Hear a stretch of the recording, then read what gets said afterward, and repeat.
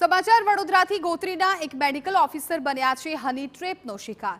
Massage કરાવવા મહિલાના ઘરે જતા ફસાયા મેડિકલ ઓફિસર। જુહી નામની મહિલાએ 3 શખ્સો સાથે મળીને 1 લાખ રૂપિયા પડાવ્યા।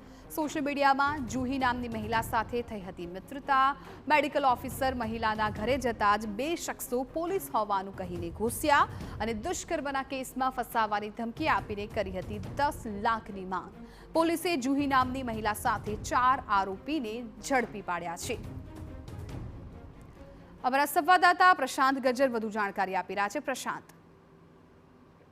બિલકુલ થી વડોદરા જિલ્લાની અંદર જે મંજુસર આવેલું છે, વડોદરા જિલ્લાના મંજુસરમાં એક ખાનગી કંપનીની અંદર મેડિકલ ઓફિસર તરીકે નોકરી કરતા મેડિકલ ઓફિસર છે। તેમને તેમના ફેસબુક સોશિયલ મીડિયા ઉપર એક જુહી નામની મહિલાની ફ્રેન્ડ રિક્વેસ્ટ આવી હતી। જે ફ્રેન્ડ રિક્વેસ્ટ એક્સેપ્ટ કર્યા બાદ મેડિકલ ઓફિસર અને મહિલા વચ્ચે અવારનવાર વાતચીત થતી હતી સોશિયલ મીડિયા ઉપર।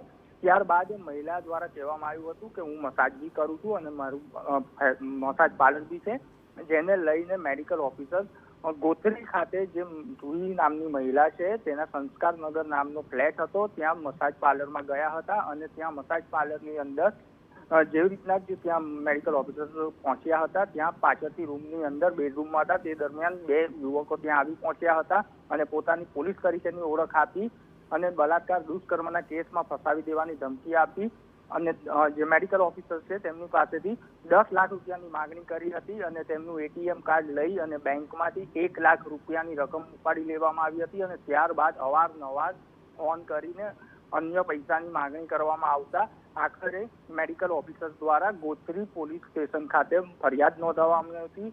જે ફરિયાદના આધારે પોલીસે તપાસ કરી અને જુહી નામની જે મહિલા હતી એ મહિલા સહિત અન્ય 4 લોકોની ધરપકડ કરી અને વધુ કાર્યવાહી હાથ ધરી છે।